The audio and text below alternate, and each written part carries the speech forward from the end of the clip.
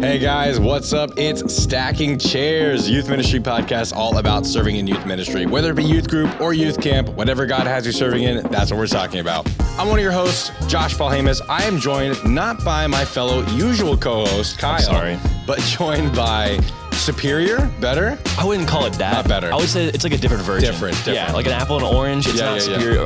You have an opinion. Yeah. So. Well, we have Justin Crow here today, guys. Justin serves as our Dean of Ministries here at the Word of Life Bible Institute here in Florida. Justin, tell us a little bit about yourself. Welcome to Stacking Chairs. Thank you for having me. Yeah, so I have had the awesome opportunity to do a couple different things, a lot of things involving like the ministries department here. And so sending our students out on opportunities like this overnight event we have called Reverb, just a big gospel rally. Yeah. Pursuit camp, summer camp. Right now, we're actually kind of in the middle of a hurricane cleanup initiative from Hurricane Ian. And so we've been sending students down for like half a week and just helping out however they can. Yeah. I've worked as the camp crew coordinator. And so that's kind of, that's where I say I have like an inkling of experience for youth ministry. Yeah. Because it's not as a youth pastor, but I've, corralled youth age kids. But you're doing, we say either youth group or youth camp. You're in the youth camp. Exactly. Yeah. So I know what it's like to try to get people in the high school age to corral around something and focus. Yeah. So that is my rite of passage. So you understand. Yes, a little bit. Well, take us back to, there is one thing you do that helps with youth like groups, which is the Reverb event that we do. Tell us a little bit more about what Reverb is. Yeah. So really what we do is we end up going to a game, something like a hockey game, or we go to a, down in Orlando, we go to Orlando Magic game. And after the game is over, the kids will actually stay in the stadium and then we'll have an overnight rally. And so there'll be games, there's a huge gospel presentation. It's extremely clear. And also just a huge push for them to go and share their faith with other people.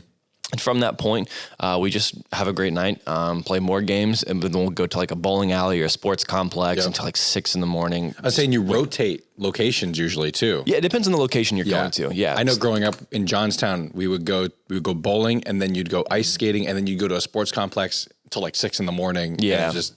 Oh my word, it was so much fun. Yeah. But, as a youth leader, I've never done something like that. You've got to figure out how pickleball hits at all times in the morning, because 1 a.m. pickleball is very different than 5 a.m. pickleball. I'll tell you that. That stands the reason. It is the reason. Well, and it was funny. I was fishing with some of the guys at youth group yesterday, and they said, are we going to do an all night event sometime? And I was like, oh gosh, like the fear like washed over me of going to an all night event as a youth leader. It's always worth it, but you have to convince yourself of that a week later. I was going to say, that's definitely going to drag on you.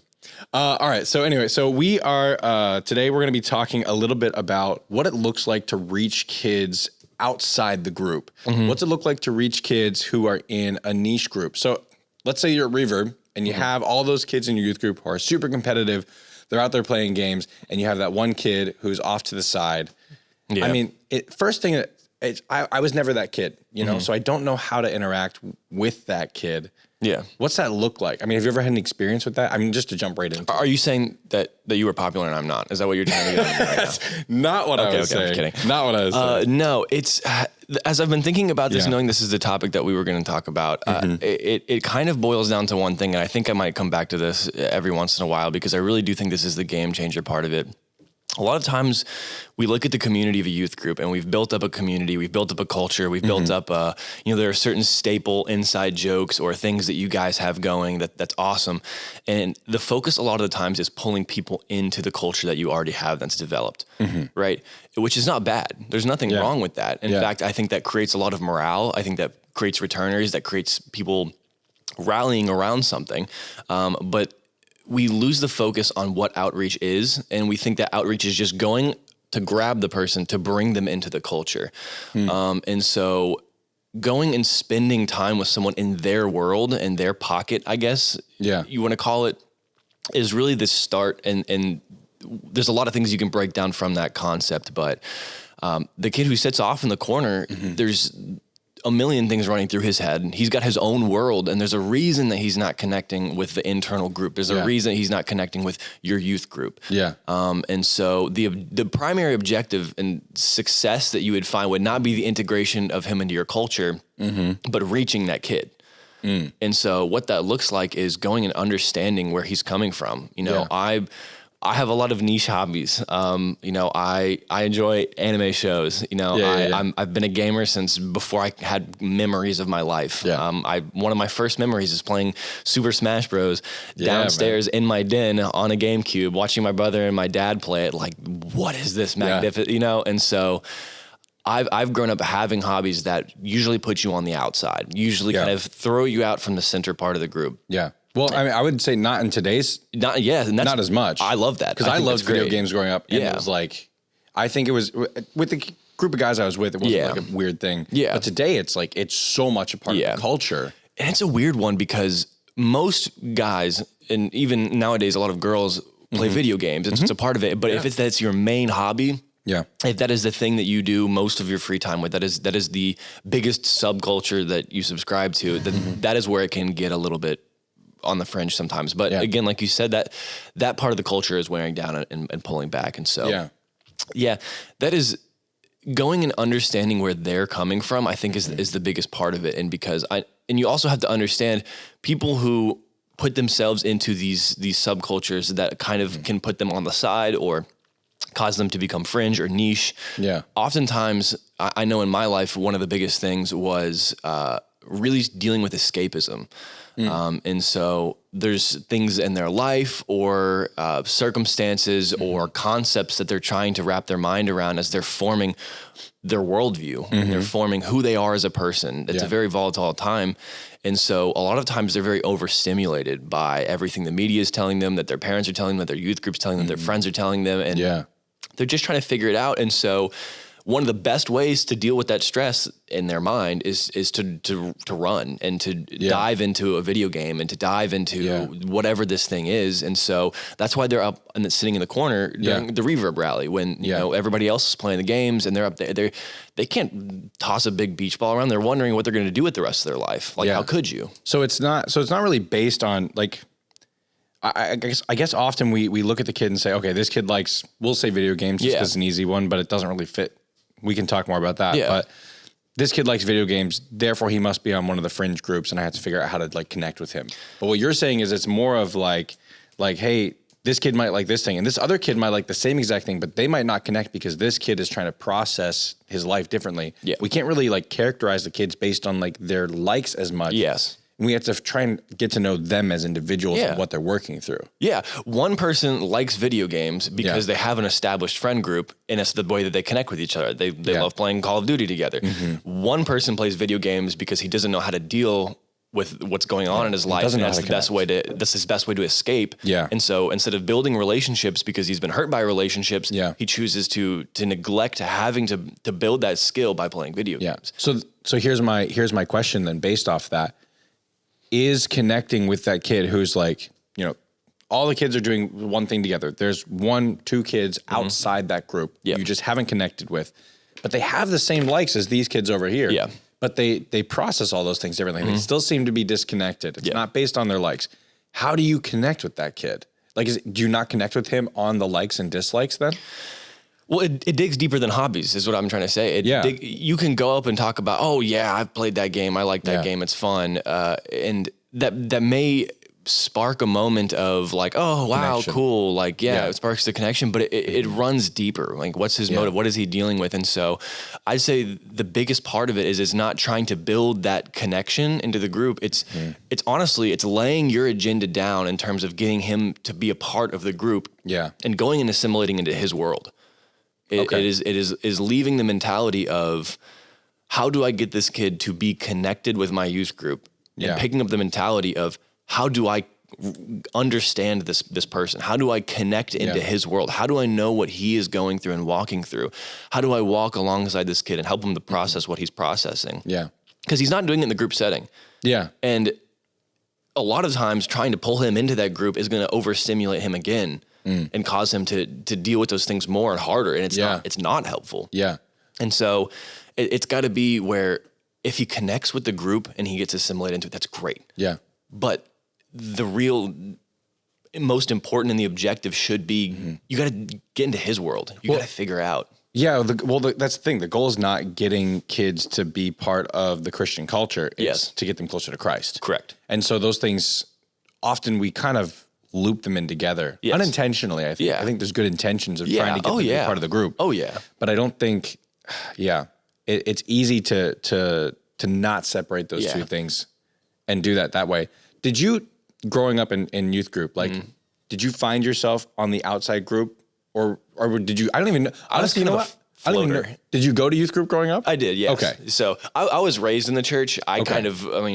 The short version of my testimony, I was lukewarm a lot of my life, and I was living two lives, and I took the fleshly path as I got older, and then the Lord brought me back. Yeah, praise the Lord. Amen.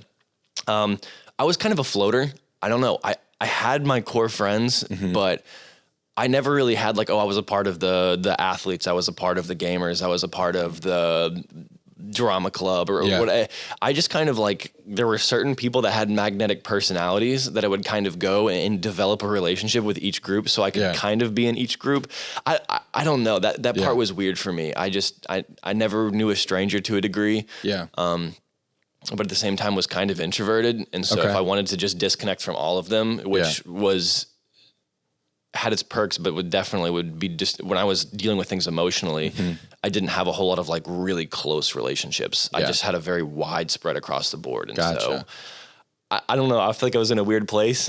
But what that did help me with is, because I wasn't so assimilated into one of those cultures, if there was someone who didn't have any group and it was off on their own, it was not hard for me to go step over and connect with that person. Well, that takes me to my next question then, is how involved should our youth kids be in building those connections?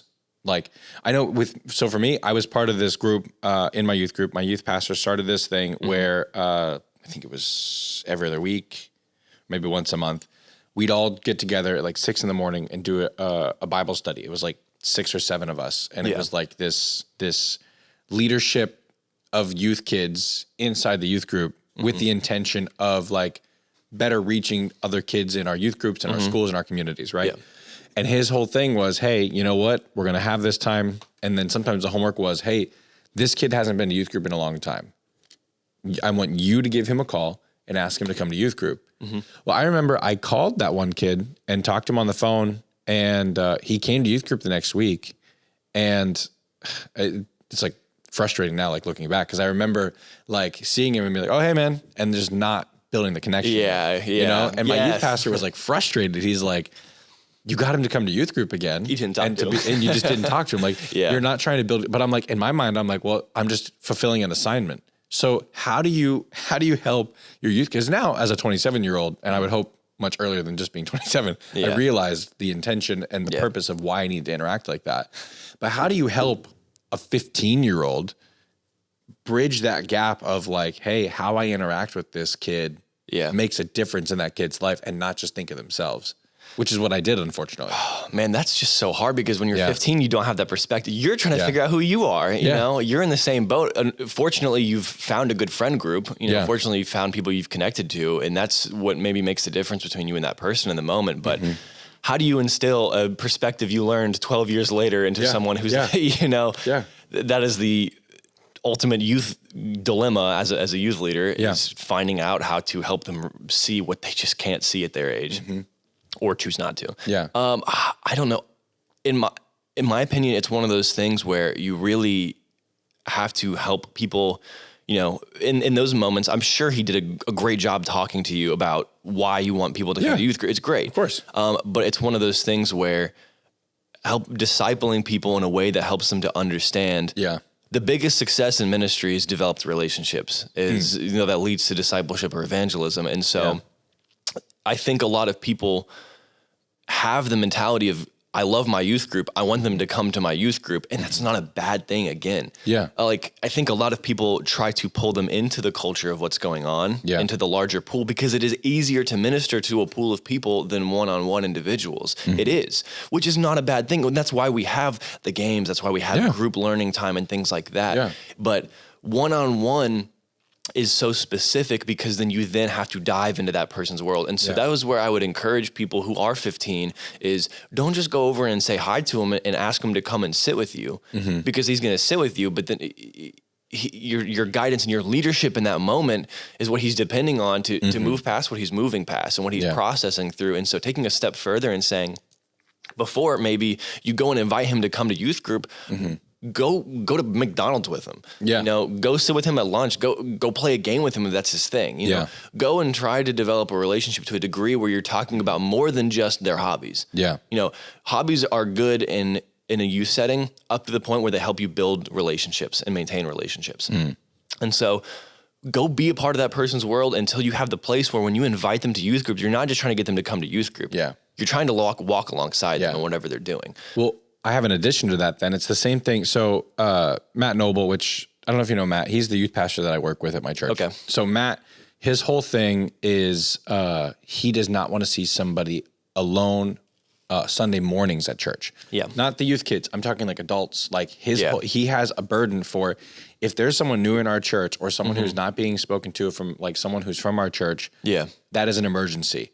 Like someone needs to go over and interact with them. Yes. And build that connection. Agreed. But here's the cool thing about what he does with all that is the thing he encourages is he says, maybe he said this or somebody else said this. I'm going to give him credit for it anyway. Yeah. At least for now. He'd say, go up and talk to that person and get to know them enough where you can connect them with another person who might be able to connect with them better. Yeah. I think it's a great strategy. That might be the answer to how we do this. I was just thinking about that connection, but maybe that's the answer even with the kids in our youth group is say like, hey, go find these people. And then you might realize, hey, you know what? We don't have a lot in common, but it's not an excuse to just say, okay, I'm just not going to connect with them anymore.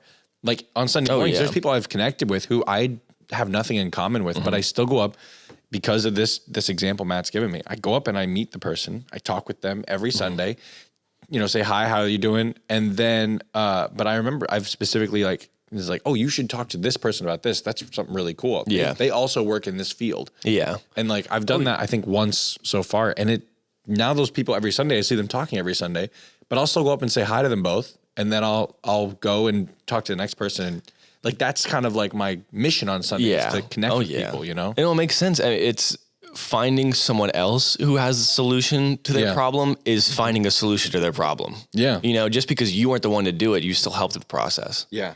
So, yeah. What's that look like in a camp setting? You guys only have, so here's the thing, youth group is, because we talk a lot about youth group. It's so easy to hone in on the long-term relationships. But hey, you have a kid who's off by himself at camp. Yeah. You're there for a week. And let's say that kid's not with a youth group, which we know, what is it, like 40% of the people, I can't remember how many individuals. It might be higher. I think it's higher now. It's 60% or something like that. Yeah. It's like a very high number of people are individuals who don't come with the youth group to camp at our summer camp here at the coast.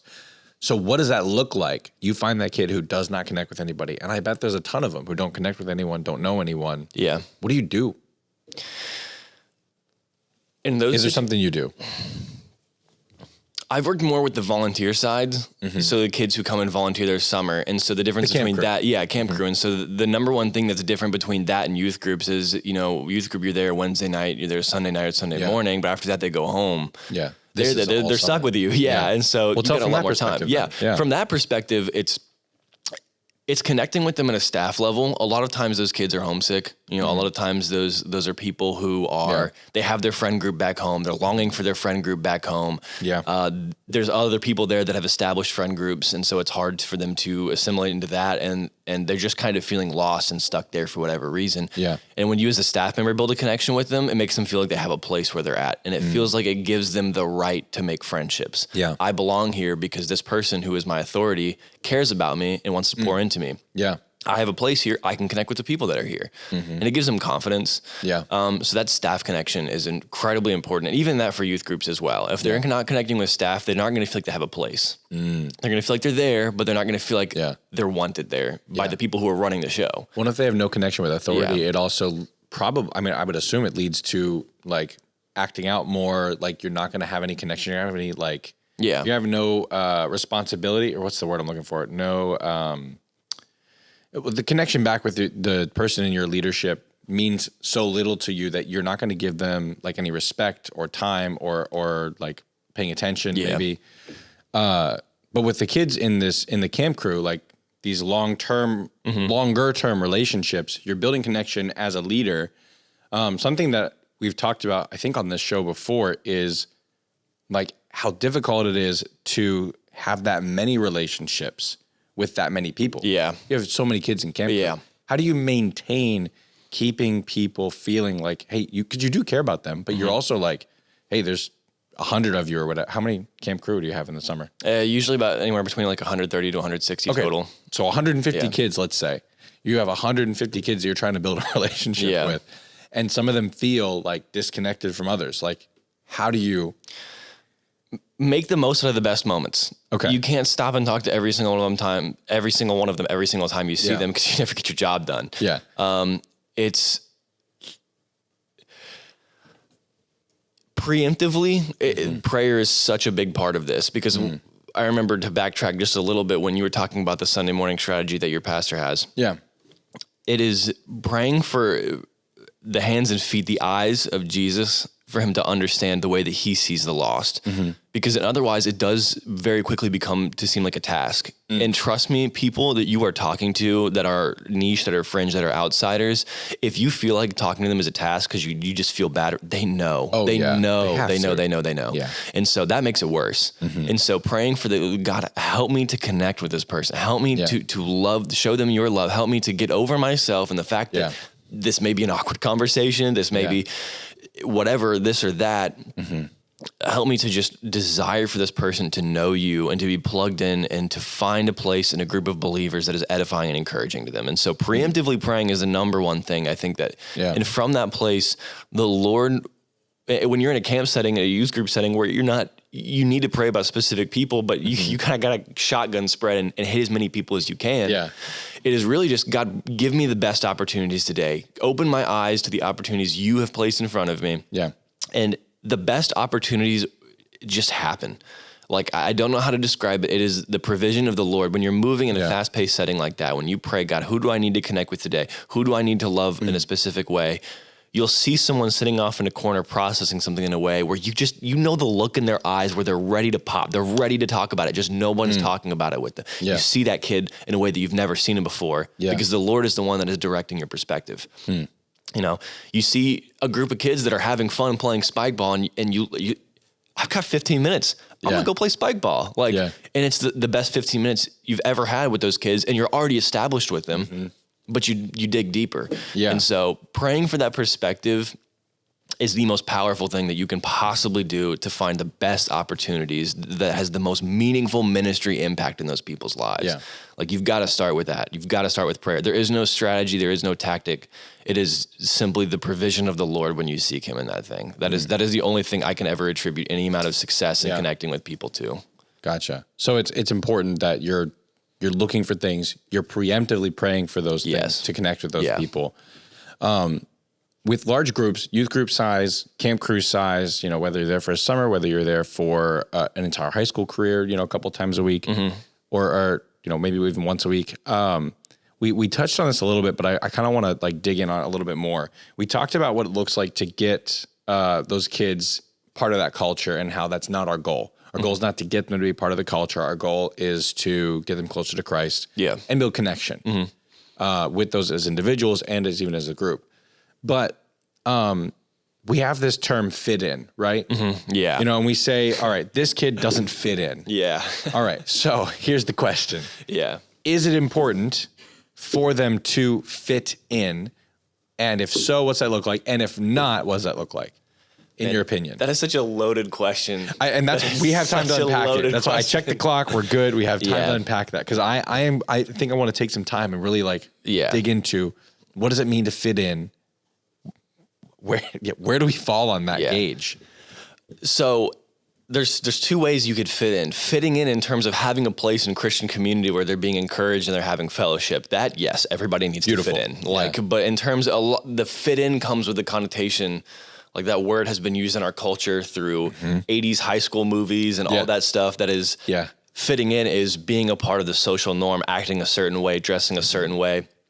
No. I mean, it is... Yeah. Here's what I would even say to that degree, though, is don't miss the opportunity to disciple people on practical things like social norms. There is an aspect of sometimes people just being uneducated on what social awareness is can cause them to create barriers, because sometimes when people are really, really awkward, it's hard to build a connection with them, and they need someone to come alongside them and say, hey, I know that you're dealing with this trauma, this thing, but when you walk up to a stranger and you just unpack all of your trauma to them, do you understand why that might off-put someone? Yeah. You know, and helping them understand, hey, build that connection with someone first. Get to the place where they know you, and you're not trauma dumping because we're skeptical people as humans. Sure. Love hopes all things, but we don't always do that. And so when people just trauma dump for no reason, our mind goes to the place of they're looking for attention, whether you want it to or not. That is typically where people's minds go. Yeah. You can't avoid that. You can't change that because the flesh. Yeah. Well, and you're definitely dealing with that at camp a lot too, because you have kids coming in who maybe don't have a connection with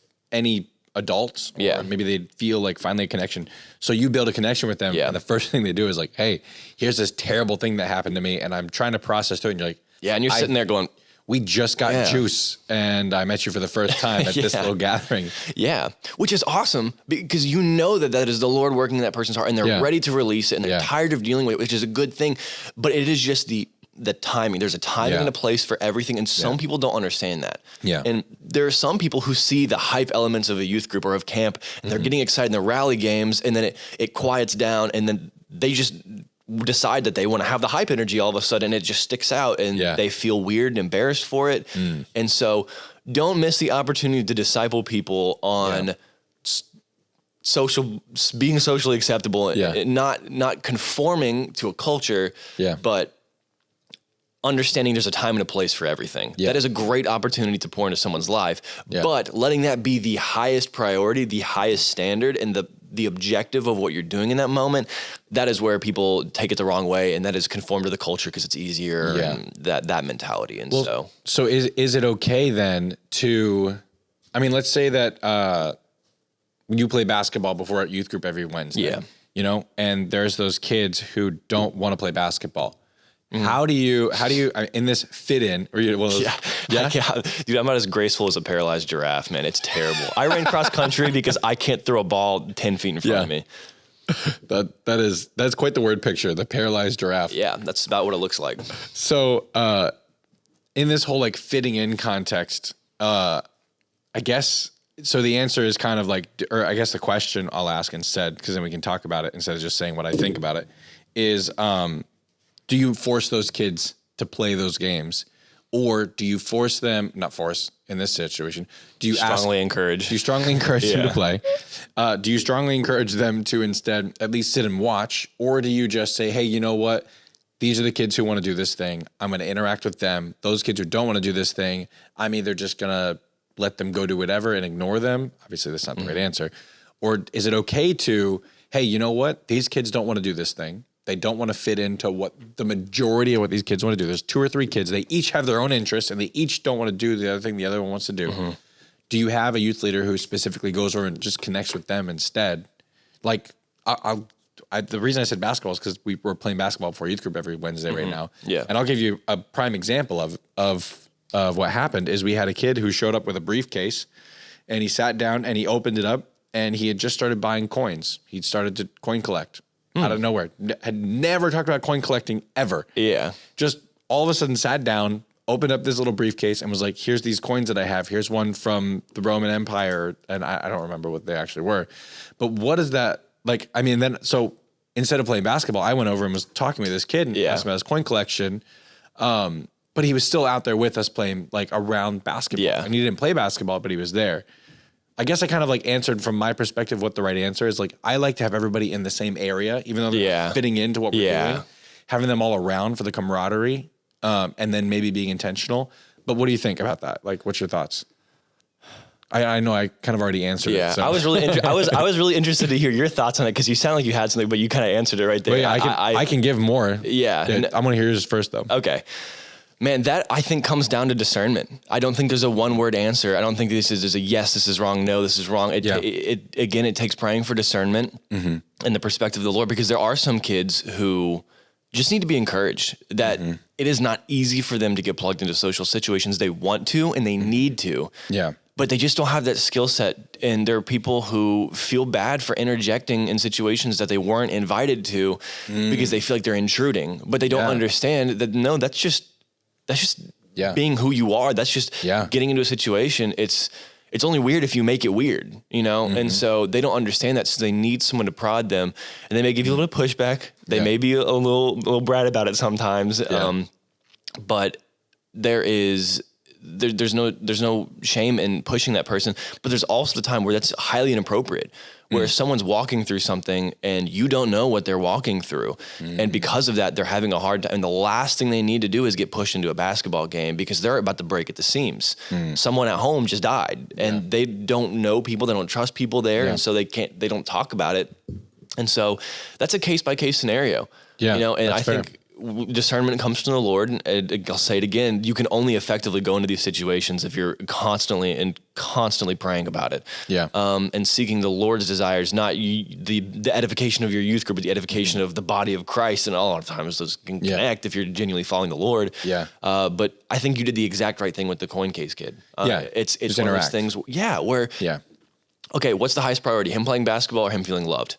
Right. Okay. But I think it's so important that he's there with everybody. Like that's the thing that I think stands out to me is we have situations where we have kids who don't fit in, and so they don't go around even the space where people fit in. Okay. I get where you're coming from. That's what I'm kind of talking about, because I just I just think about like all right, I think of my dad, like when we go and work around the house and like do yard work and stuff, or if I had a friend over or something like that, my dad was like the kind of guy that's like, hey, I'm working on this thing. Can you come and help me? Even though you have a friend over doing something, I expect you to kind of notice and come help me with this thing.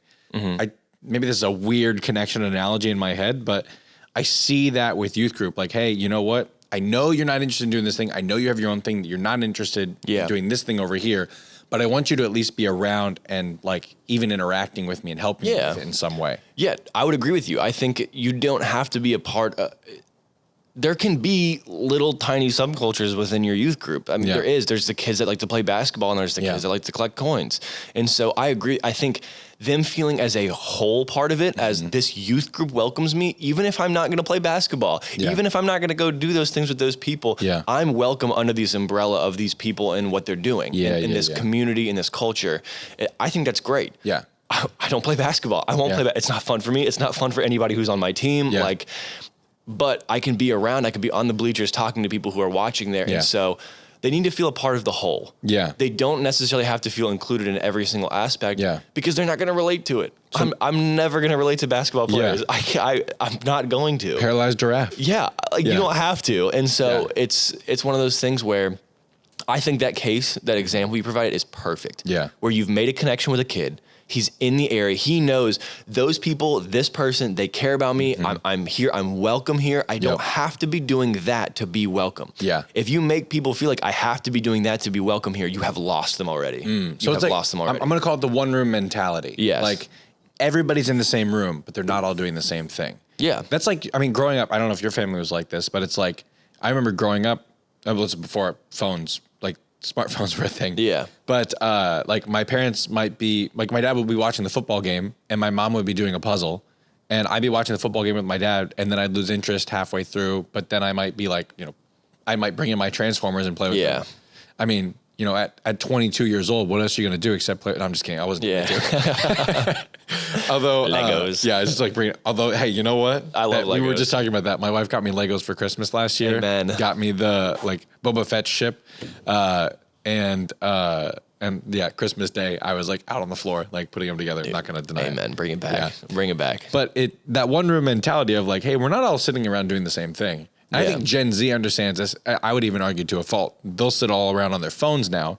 And be on and watching TikTok and sending the TikTok to each other. And across the room, you hear, It's like that. I think that's a little too far. Maybe that's just the old fuddy-duddy in me. But I think that whole one room mentality as a youth group, as a youth leader, having that idea of, hey, we're not all doing the same thing. We're all in the same area because that's what family does. Yes. Agreed. Okay. I could speak into this degree from the family aspect because my family we'd eat dinner together. We'd have a wonderful time. I loved each and every member of my family. But if I was sitting here, my mom was sitting here, my dad was sitting here, my brother was sitting here, I could talk to my mom or I could talk to my dad or I could talk to my brother adjacently. But it was not very often where all of us were having one big conversation. Oh, yeah, we would have pods within the only 4 people that were in my family. Yeah. And then from dinner, we'd break off. And so I would go play games in my room, or, my mom would be doing the dishes or baking a cake for someone. My dad would be watching TV. My brother would go off and do football practice or something. We were a wolf pack. We all came together and had these awesome moments together. We all loved each other, but we're all very individualistic. Yeah. So that was our dynamic, and it was great. But then I married into a family where it was hey, they do everything together. Yeah, hey, and there's nothing wrong with either. Yeah, no, for sure. But it was this blew my mind. The first Christmas that we had together, all 5 of the kids' families and the parents could go and do something, but there was one family that could not. And so the entire idea got shut down because it wasn't all 7 units could not do it together. Oh, wow. And in my mind, it was what? That's... How does that work? I've never seen this before. Yeah. Nothing is wrong with either. No, for sure. It's just different. And so there was individualistic, more geared groups, and there's groups that are more geared towards the community. And so each of them have their strengths and each of them have their weaknesses. Yeah. It is like everything in life. There's an up and a downside to everything. Not one is not better than the other. It just depends on your context. Yeah. So what kind of setting are you in? What kind of... With camp crew, with camp setting, you can have that more individualistic approach where you just come together on Wednesday nights for our meeting and Sunday nights for a meeting because they're around each other so much and they have so much time. But in youth groups where you only see them 1, 2, 3 times a week, you need to have more of the collective because you're doing the whole individual thing all week long. So youth group is like a dinner table. You're coming together, all together. I like that. That's a good youth group is a dinner table. Youth group is a dinner table. That's why you always have to have food. Feed your kids pizza. Feed them Chick-fil-A. That's true. Yeah, especially what's my pastor used to always say, he goes, we'd have, something about Baptists always eating food at every time. Fellowship. Amen. Anytime you're fellowshipping, you're eating. You ever been to a potluck before? Oh yeah, 100%. I'm talking a deep South Baptist potluck. Everybody bring, good. Everybody brings mashed potatoes, everybody brings gravy, and nobody's mad. Yeah. It doesn't matter if it's all the same dish. Yeah. That's what youth group needs to be. That's what youth group needs to be. I like that. I'm just kidding. But yeah, I think that's great. I think that's a great mentality. It's one of those things where you need to go and reach that kid, but there is an aspect of you can go out and you can talk to him about his coin collection. You can go out and talk to him about this fringe thing that he does, this thing that makes him an outsider or whatever reason is going on in his life that's causing him. Yeah. Work through that. And as you're working through that, be discipling them in a way that is helping them understand the importance of community, the importance of vulnerability, and the importance of assimilating into things. Even if people are different, even if they may not understand, you need to start working through the things that are causing social barriers because social barriers are used so much in youth group settings to negate the work of the Lord bringing people together and enjoying that fellowship and encouraging and admonishing one another. Yeah. And so sometimes those are social blunders. Sometimes those are trauma. You gotta spend time with that kid individually to figure it out, but don't go so much as to just letting him stay over there. Yeah. Bring them into fellowship. And that could look like sitting at the edge of the basketball court talking. Yeah. It could mean playing basketball. Yeah. If you get that kid to play basketball and he realizes he's the next NBA All-Star, congratulations. Yeah, let's go. It may not be that. Yeah. So I love the way that you put it. I think it's got to be a little bit of both. Mm-hmm. It's just, what is your objective? Yeah. What are you trying to accomplish? Are you trying to accomplish them assimilating a youth group? Are you using that as a tool to accomplish them building good, godly Christian fellowship? Yeah. Yeah. So it's one room mentality. Yeah. And youth group is a dining room. Yeah. Or a dining table. Dude, you can't make this stuff up. I mean, we did. We did. Congratulations. We made it up.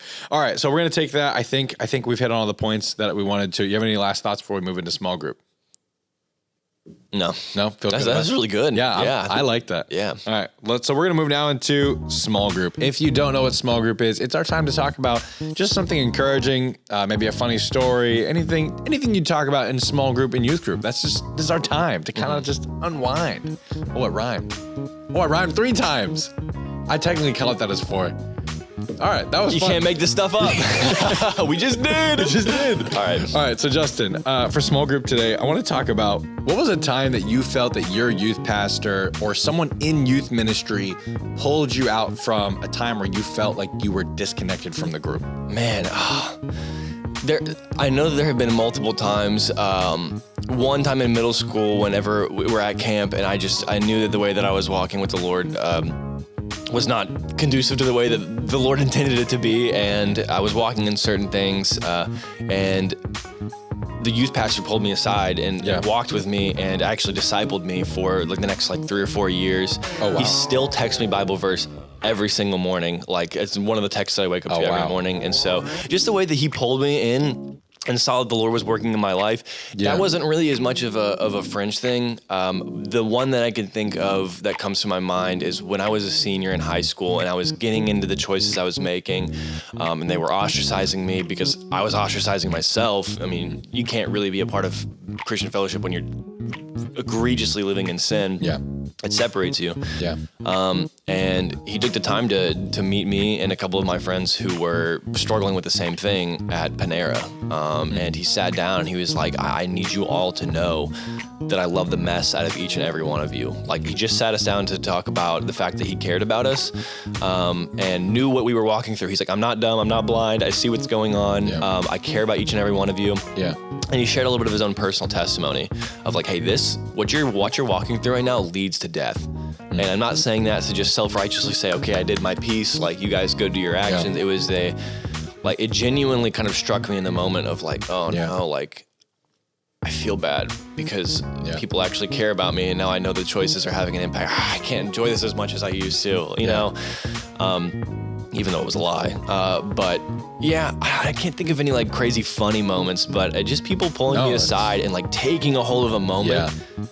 And walking me through something that was causing me to disconnect from the fellowship. So yeah, that's awesome. I think for me, I have like stories of my youth pastor Matt, who just in general just always was like reaching out and connecting. Like I said, like I wasn't in like a fringe group or outside, but there were times where I was like having a bad week or a bad day, and I'm dramatic, so they were easy to come across. But I just remember like, just Matt always made the point to like go out of his way. And then I also think of Matt Noble now, who like when I first joined the church, like I'm talking to this guy, and then within a year he's like, yo, you need to be a part of youth group. Like I hadn't really established myself in the church. I had made like friends and stuff, but like him having me come and like seeing that desire that I had to serve, and like bringing me into that was like my being pulled out of like my spot. And like, I'm so thankful for that. I'm so thankful to be in the ministry I'm in today. So amen. Okay. I thought of one. It's not me. All right. Okay. So Mike, I have to cut this out. I can always cut the episode. No, it's not that bad. It's just it's interesting. It is old fashioned. We'll go with that. All right. This is before I got into youth. This is when my brother was in middle school youth group. There was one of the hyper kid. You know, he was very energetic to a degree of like, it was repelling in certain degrees. Sure. It'd be overwhelming. It was very overwhelming for certain people, and they were just like, we gotta get this kid like to really hit his note and find his place here. And so they strongly encouraged him, and everybody hyped him up to do the gallon milk chug. Oh no. And man, I'm telling you, I have never seen anybody have that sort of reaction to what typically happens when you chug a gallon of milk to keep it too nondescript. But from that point, he got hyped up, like he was revered as the guy the milk guy who doubled the distance of what you thought the milk could follow. And from that point, he went immediately from the hyper kid to like absolute fan favorite, totally accepted in terms of the class clown kind of ordeal. Everybody like, and it was just one of those things where he was encouraged to go above and beyond what he was, and then getting people to come behind him and hype him up, and turned something that the janitor wasn't happy about, into something that really allowed him to understand, like, wow, I can be myself. I need to do it within these constraints, but people accept me for that. And he became a core part of the youth group. Oh, that's cool. And so it was just a small story of an example. I don't recommend strongly encouraging people to chug a whole gallon of milk. But the Lord can use anything, right? We talked about that a couple episodes ago about just how like games and stuff in youth group used to be so wild. Yeah. Like we used to do like that at snow camp. They used to like drink milk out of a sock and stuff. And, Yeah. Amen. Anyway, all right, guys, this has been Stacking Chairs, talking about how to reach kids who are just maybe outside the group as normal. And Justin Crow, thank you so much for being here. Thanks for having me, man. There's a lot of great analogies that were built, but also just a lot of really practical things as I try and reach kids in my youth group. So thank you for your insight. I appreciate it. Hopefully Kyle will be back next week. Sorry if I was to disappoint you. No, you know what? That's your problem, Not a disappointment. Not a disappointment. That's okay. That's their fault. That's their heart issue. Yeah. All right, guys. See you later. Good one.